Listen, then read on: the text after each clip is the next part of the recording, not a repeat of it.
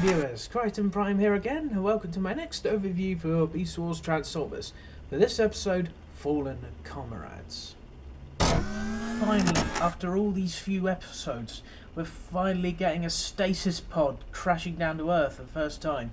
Because if you remember from episode 1, the Axelon had a rupture and the stasis pod was failing, so the stasis pods with the rest of the Maxwell crew had to be ejected in safe orbit. And the first one has finally made its descent. Of course, crashing somewhere in the Arctic, which is a bit far from Maxwell and Protocol reach, so the race has begun. The Maxwells open the pod first and introduce their new comrade, or the Predacons reach it first and reprogram into one of their own. We'll find out soon.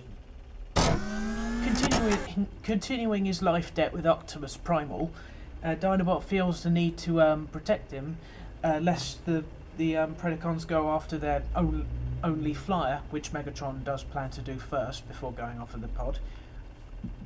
So, of course Dinobot's unable to protect Optimus from a surprise ambush from Terrorsaur and Waspinator, but he is able to prevent them from killing him at least. But of course Optimus has to be left behind now, and Dinobot, with his weapons damaged, the others have to go in a sort of a ground party, leaving the base defenseless. This episode also introduces a new feature, which is sort of a one-off for the CR chamber, in which Dinobot accesses Optimus Primal's core consciousness. There's a sort of holographic head of Optimus's head of Optimus.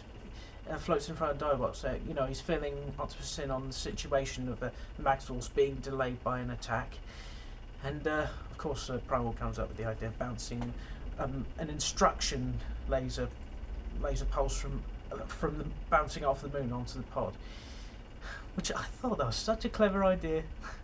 They should have done that more often with the core consciousness.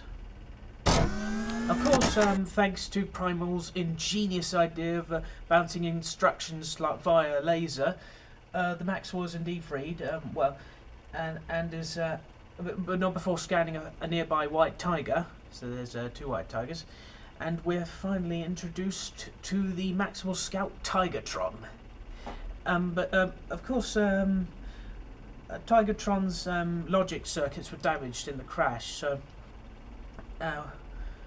He feels he's more Tiger than Maxwell, so even though he declines Optimus's offer to go back to the base, he still promises he's loyal enough to the Maxwell cause.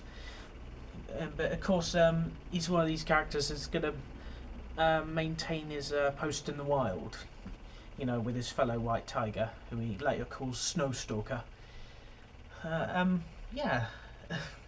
I may have barely known him at first. I didn't know many episodes back then, but ever since I've known him, Tigertron's came to come on one of my favourite characters.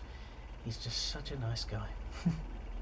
I hope you enjoy this episode when you see it. If you haven't already, coming next, Double Jeopardy.